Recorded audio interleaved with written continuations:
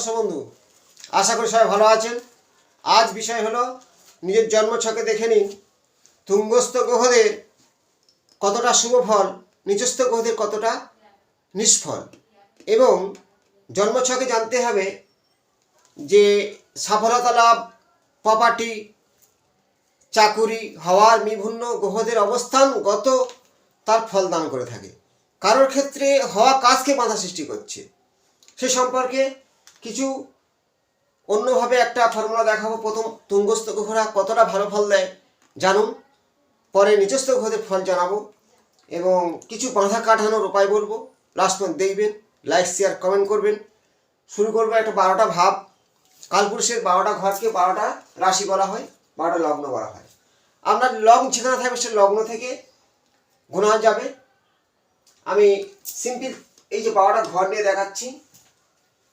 চন্দ্র যেখানে থাকে সেটা রাশি, রাশি থেকে গণনা করা যায়, লগ্ন থেকে করা যায়।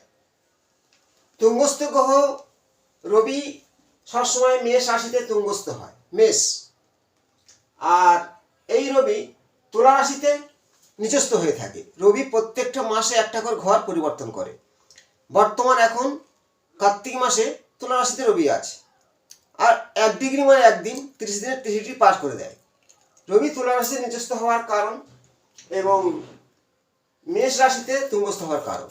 রবি আমাদের কি দেয়? যশ দেয়, সম্মান দেয়, খ্যাতি দেয়, হাটকে নির্দেশ করে, পিতার সাহায্য এবং চোখ। চন্দ্র কি করে? চন্দ্র হচ্ছে কি একরকম চোখ ও মনের কারক গ্রহ ও শান্তির কারক গ্রহ বলা হয়। চন্দ্র যদি ডিস্টার্ব হয়, মন মানসিকতা ভালো থাকে না, সিদ্ধান্ত ভুল হয়ে যায়। তেমনই চন্দ্র বৃষ রাশিতে তুঙ্গস্থ থাকে। আর এই যে তোমার বৃশ্চিক রাশিতে নিচস্থ অবস্থায় থাকে। চন্দ্র কারোর বৃশ্চিক রাশিতে থাকলে, লগ্ন থেকে অষ্টম ঘর পড়লে, তাহলে তার অনেকটাই সমস্যা দেখা দেয়। বৃহস্পতি দেখুন, বৃহস্পতি হচ্ছে আমাদের জ্ঞানের কারক গ্রহ, শিক্ষার কারক গ্রহ এবং বিপদ থেকে রক্ষা করে একমাত্র বৃহস্পতি। বৃহস্পতি অনেকে বলে প্রচুর টাকা দেয়, মুখ তুমুক না। বৃহস্পতি হলো শিক্ষার ধীরতা, তার জ্ঞান, একরকম বৃহস্পতি দেবতাদের গুরুদেব। কর্কট রাশিতে বৃহস্পতি তুঙ্গস্থ থাকে এবং মকর রাশিতে বৃহস্পতি নিচস্থ থাকে। বৃহস্পতির গুণাগুণ তুঙ্গস্থ থাকলে ভালো ফল দেবে, কিন্তু বৃহস্পতি একা থাকতে হবে। এই মঙ্গল ভূমিপুত্র, সম্পত্তির মালিক এবং বলা হয় সৈনিক। যারা আজ দেশ রক্ষা করছে সব মঙ্গলের জাতক বলা হয়। এবং মঙ্গলের একটা ভূমিকা আছে তোমার প্রোমোটারি লাইন। ব্লাডের যত সমস্যা মঙ্গলের কারণে হয়। তেমন মঙ্গল নিচস্থ থাকলে তার মঙ্গলের ফলগুলো পাওয়া যায় না। বৃহস্পতি নিচস্থ থাকলে তার ফলগুলো পাওয়া যায় না। শুক্র আমাদের কি দেয়? শুক্র দেয় ভোগ বিলাসী, দৈত্য দেয় গুরুদেব, সাজসোজ, ভোগ বিলাসী, প্রপার্টি শুক্র দিয়ে থাকে। সৌন্দর্যের বাহার শুক্রের কারণ। শুক্র যদি কারোর চার্টে নেগেটিভ থাকে, তার নোংরা অসহায় জীবন কষ্ট যাপন করে থাকে। এই শুক্র তুঙ্গস্থ অবস্থায় থাকে কোথায়? না মীন রাশির ঘরে তুঙ্গস্থ হয়ে থাকে। যদি লগ্ন সাপেক্ষে সেটা সপ্তম হয়, পঞ্চম হয়, দশম হয়, খুব ভালো ফল দেয়। লগ্ন হিসাবে দেখতে হবে। কিন্তু এই যে ঘরটা মীন রাশির ঘরে শুক্র সবসময় উচ্চস্থ থাকে। আর নিচস্থ অবস্থা থাকে তোমার কন্যা রাশিতে। শনি আমাদের কি দেয়? শনি দেয় ন্যায়ের বিচার, কর্মের রাস্তা ও তার মধ্যেও জ্ঞানের আধার। সঙ্গীত আবার শনি আমাদের কৃষিকার্য মূল তার কারকতা। আবার শনি নেগেটিভ হলে একাকিত্ব, শিরের যন্ত্রণা, অশান্তি, দুঃখ কষ্ট যন্ত্রণা, দাসিত্ব করা শনি দিয়ে থাকে। শনি তুলা রাশির ঘরে খুব সুন্দর ভালো কাজ করে, সেটা হলো তুঙ্গস্থ অবস্থাকে বলে। শনি আবার কিছু কিছু ঘরে ভালো ফল দেয়, কিন্তু শনি অন্য গ্রহদের সঙ্গে ভালো ফল দেয় না। একমাত্র শুক্রের সাথে দেয়, বুধের সাথে দেয়, বাদ বাকি কোনো গ্রহের সাথে ভালো ফল দেয় না। শনি তুলা রাশিতে খুব ভালো ফল দিয়ে থাকে। কিন্তু এবার আমি গ্রহদের নিয়ে বলবো। হ্যাঁ, রাহু কেতু বাকি আছে। রাহু আর কেতু যে কোনো ঘরে থাকতে পারে, নিজস্ব কোনো ঘর নেই। কিন্তু মিথুন রাশিতে যদি রাহু থাকে তাকে বলা হয় খুব ভালো। কুম্ভ রাশিতে ভালো ফল দেয়, মিথুন রাশিতে তুঙ্গস্থ থাকে রাহু। তেমনই গ্রহদের নিচস্থ তুঙ্গস্থ ঘর আমি দেখালাম। বুধের কথা বলি, বুধ বুদ্ধি, স্কিন, নার্ভ। তাহলে বুধ যদি কারোর জন্মছকে ঠিক মীন রাশিতে বসে থাকে তার নিজস্ব অবস্থা থাকবে। আর কন্যা রাশিতে বুধ তুঙ্গস্থ থাকে, কিন্তু ওই বুধ শুক্রযুক্ত হলে এটা নিচস্থ আর উচ্চস্থ গ্রহের সঙ্গে নিচ ভঙ্গ রাজযোগ বলে। তার মানে এখানে বুধ চলে আসে, এটাও নিচ ভঙ্গ রাজ সৃষ্টি হয়। কোনো নিজস্থ গ্রহ উচ্চস্থ গ্রহ থাকলে সেটাকে নিজ ভঙ্গ রাজযোগ সৃষ্টি করে। আবার কারো ক্ষেত্রে বোঝাই যে এই ষষ্ঠপতি দ্বাদশপতি ষষ্ঠে আর অষ্টমপতি দ্বাদশপতি ষষ্ঠে থাকলে এটাকে বিপরীত রাজযোগ বলা হয়, বিপরীত রাজযোগ সৃষ্টি করে। কিন্তু সেটা বেশি দিনের জন্য হঠাৎ উত্থান হঠাৎ পতন হয়। আর রাজযোগের ধীরতা বহুত দিন, সেটা মঙ্গল বৃহস্পতি একটা রাজযোগ সৃষ্টি হয়, দৃষ্টি বিনিময় হয়ে থাকে। চন্দ্র বৃহস্পতি গজকেশ্বরী যোগ সৃষ্টি করে থাকে, তেমন বুধ শুক্র লক্ষ্মী যোগ সৃষ্টি করে থাকে। এই যোগগুলো আমাদের জীবনে খুব সুন্দর একটা কাজ করে থাকে। আর শনি মঙ্গল যদি অষ্টমে সপ্তমে লগ্নে দ্বাদশে থাকে জীবন অসহায় করে দেয়। তেমনি এই গ্রহদের ভাবভঙ্গি অনুযায়ী আমাদের জীবন কাটাতে হয়। কারোর ক্ষেত্রে একাধিক অপশন চালাচ্ছে, কিছুতেই সে একটা অপশন হলে আর একটা অপশন হচ্ছে। কারণ লগ্ন থেকে যদি অষ্টম ঘরটা আমাদের মারক বিচার করা হয়, অ্যাক্সিডেন্ট দুর্ঘটনা। তাই লগ্নের অষ্টমে যদি শনি মঙ্গল থাকে তার অ্যাক্সিডেন্ট দুর্ঘটনা, আর তার সাথে যদি শনি রাহু মঙ্গল আছে একত্রে বা দৃষ্টি বিনিময় হচ্ছে, মঙ্গলের দৃষ্টি অষ্টমে পড়েছে, শনি চন্দ্র আছে ষষ্ঠ ঘরে, জলে ডুবে মৃত্যু হতে পারে। জন্মছকটা এমনই, আমাদের জীবনে যা কিছু ঘটবে এই ছকের মাধ্যমে আমরা জানতে পারবো।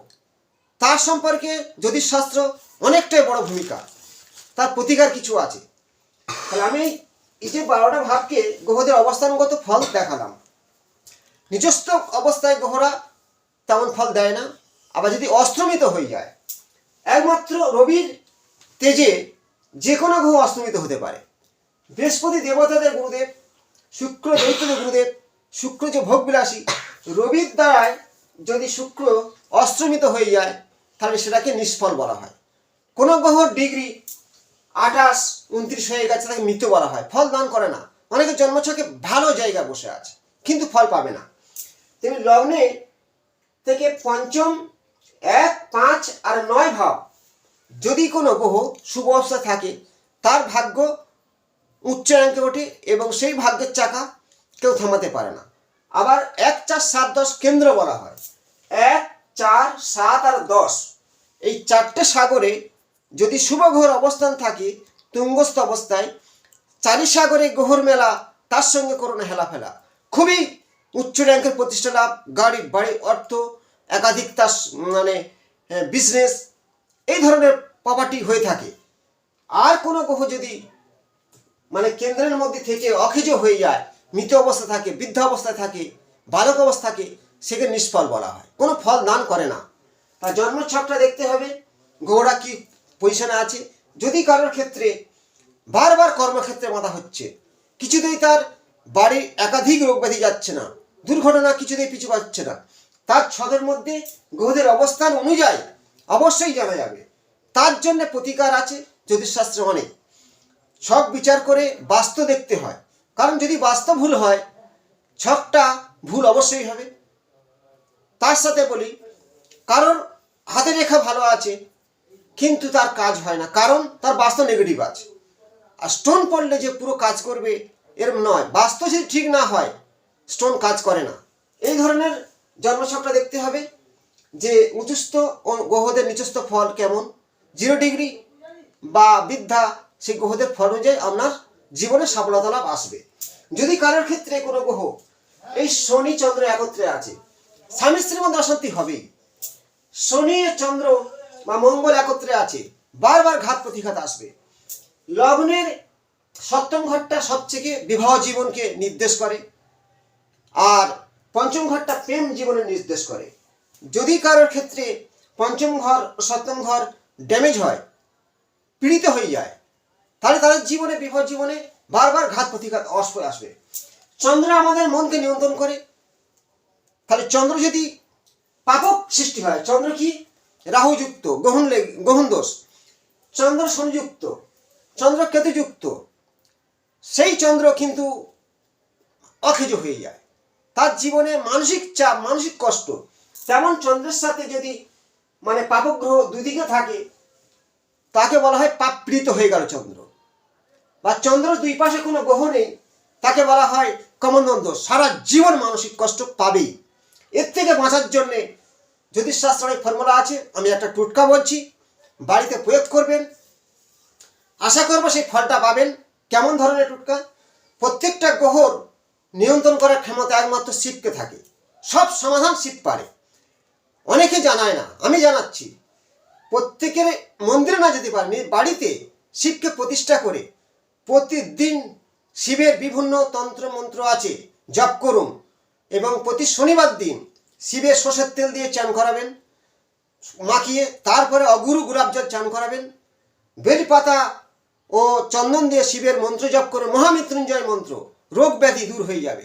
কর্মক্ষেত্রে বাধা হচ্ছে, শিবের চরণে বা শিবের যে শিবলিঙ্গের উপরে আকন্দ গাছের ফুল সাদা চন্দনে মিশিয়ে দিন, আপনার মনের ইচ্ছা অবশ্যই পূরণ হবে।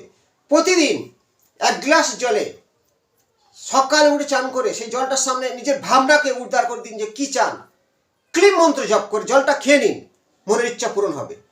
আশা করো ভালো থাকবেন, লাইক শেয়ার করুন, নমস্কার।